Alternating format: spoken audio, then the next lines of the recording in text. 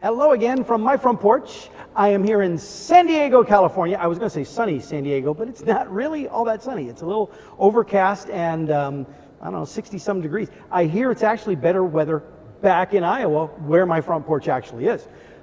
But brightening things up here, not just the balloon sun you see behind me, but is this wonderful lady who I just met today, but she's already become one of my best friends. This is Rachel Cooke from New Jersey. It's so nice to meet everybody, and I believe, in fairness, you did call me family earlier today. I did, mm-hmm. Because at ATD, I say it's my learning and my development opportunity personally, but this is the annual family gathering. That's why I do my ATD reunion selfies, and it's like a one big. And I have actually been trying to help with Rachel's networking, getting her connected and introduced to members of the family. Not like the family, but the family. So, but Rachel, not only is this her very first ATD International Conference and Expo, she's also speaking, which, I mean, first of all, that's pretty cool. I mean, to be at your first one and be speaking at your pretty first one. Thank you. Now, I remember when the first time I spoke, I submitted an RFP for the first time and it got accepted, and I had people telling me, oh, you got accepted the first time you presented or that you submitted? And I was like, well, yeah, I didn't realize it was such a big deal. Apparently it was. Big deal. But I had already been coming to ICES for years before that. This one, boom, superstar right out of the gate. Look at that. So, but I would like, I've actually heard it, and that's why I think it's so cool. I would like you to share a little bit about what it is that you're talking about here at the event, because again, I'm a big training nerd, so I know this stuff really, I think it's fun, but I do think what you're talking about is more than just a training thing. It's a really good, just general human thing. Yes. So take it away, Rachel. I would love to. I'm a big fan of the human things. Mm-hmm. I will be talking about how to craft a powerful hybrid employee experience, because I think that we all deserve to have a positive, powerful employee experience. But I also think that what makes an employee experience powerful is that it not only makes people happy or feel good or satisfied or engaged, but it also drives the business and delivers results. Man, people talk about being able to do the elevator speech. She did like the express elevator speech right there. You've got this down. Now, have you used that phrase or what you just said? Have you used that many times? Versions of it. Yeah. I'm still working on it. I could always be pithier. I would not have been able to tell you you're still working on it. That is just. Aw, thank you. But the session that you're doing then about that topic, you are speaking tomorrow. Tomorrow. At 1:30. At 1:30. It doesn't really matter a whole. I might get this edited and posted here tonight. We'll see. But I'm not sure how many people will see it before. That's well, they'll have a better shot at seeing it before your session than mine, because mine's at 10:30 in the morning, and I don't know that anything's going to get posted before that. Fair. But what I think was so great, because Rachel told me a little bit more about that, and what I think is so great about your session, well, first of all, because it kind of resonated a bit with some of the stuff that I talk about with structured on-the-job training. That's right. Because the whole, one of the fundamental elements of structured on-the-job training is you want the training you're doing to connect with the person. It's not just that you sheep dip them through some, you parade them in and they sign off, they attended and listened to something and they're trained. No, that I don't even think that's training. Doesn't. But it's certainly not learning. And when we talk about learning or developing somebody, that requires that individual to have personal investment. That's right. They have to want this development. They have to be as interested in this development themselves as anybody else. And that's fine. If I'm the person that came up with the idea, I'm willing to do the work and the investment in that. Mm-hmm. But if somebody else tells me that I need to do that, and then I say why, and the only reason is because we want you to do your job better. Well, there's not a lot of that doesn't feel very personal to me. That doesn't feel like you're telling me that I matter. That's right. I only matter as a cog in the machine, but you're not expressing any concern or focus on me. And so what you're talking about goes right to the heart of that kind of mentality. Yeah, I totally agree. I think when it comes to development or training or employee experience, the key is to work with your employees and design solutions with them and not push things at them. So I think too many companies are forcing training onto their employees. They're telling them what they have to learn, what they have to do, and to your point, people don't feel very invested in that. Yep. I think the same goes for the employee experience. Too many companies are trying to figure out the right employee experience in a small executive suite and then push it on to the employees, when the important thing to do is to really ask them the right questions and listen to their solutions and actually implement ideas that have come from the employees. Now, in your experience, if a company actually does what you just described, Yeah.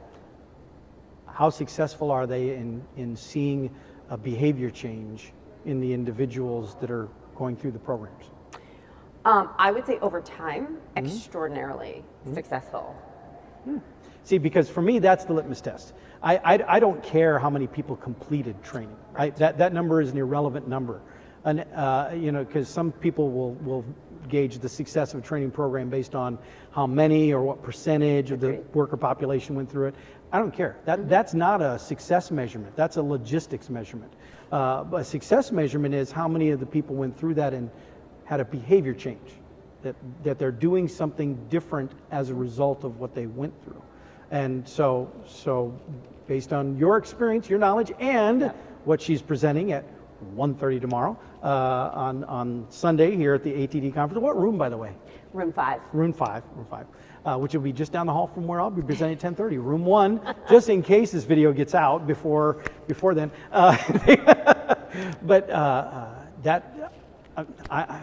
The more I hear about her session, the more I know I'm going to be at this session because it is interesting how ATD is an event that brings together this really diverse community of people, that we all have this area of expertise, this little area of specialty, but we all also have areas that we wish we knew more about, or we even have blind spots that we don't even realize we have until we're talking to somebody or listening to some presentation, and we go, oh, I hadn't thought of that.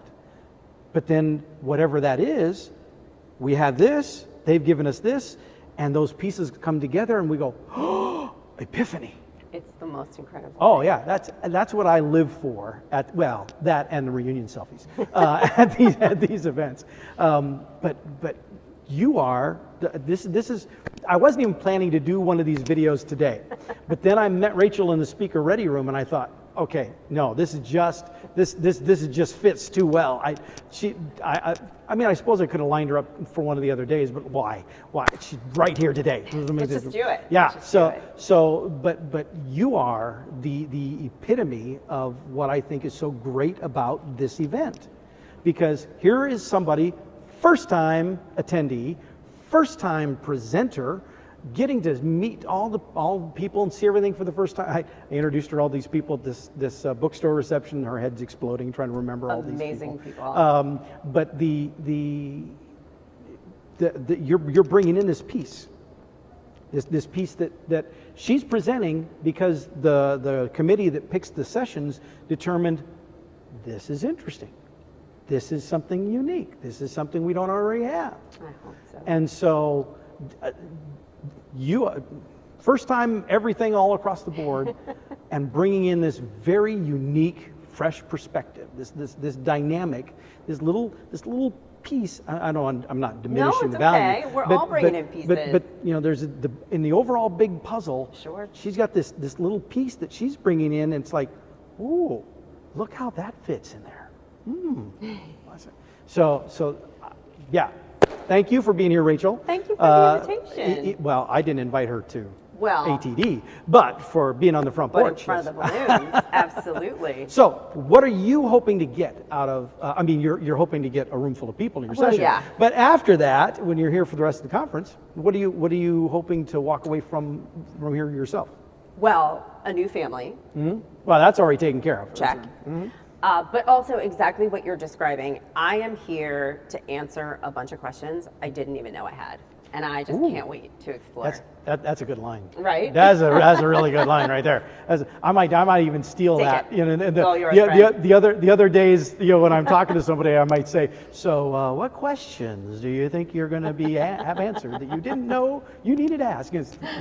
And when you see me say that, you're going to be like, "Paul, Rachel said that much better than you did." In front of the balloons. Yeah, in front of the balloons, yes.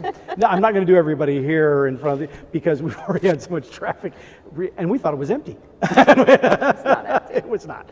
Nowhere is ever empty during ATD. All right, so thank you. I appreciate you taking time to chat with me. This was so fun. And hopefully we'll cross paths frequently here throughout the event. Oh, we will. And I will be definitely seeing you in your session tomorrow because, you know, again, I've heard the synopsis, but I want to hear those meaty little details, those little pieces that can fit with the other stuff that we're doing at Baker. So I think that's pretty exciting. Bring it on. All right. So with that, that's it from today from sunny San Diego. Not sunny. Stay classy, San Diego. I used to have a mustache for like 30 years. I shaved it off, but now I feel like I need the Ron Burgundy mustache. You know. Do you know that movie turned 20 this year? What? Oh, I know. Wow, that is awful. I did not. Yeah. I did not realize So it was that old. Oh, you just watched me crush. Oh man. So sorry. All right. Well, with that, I will see you all next time from my front porch.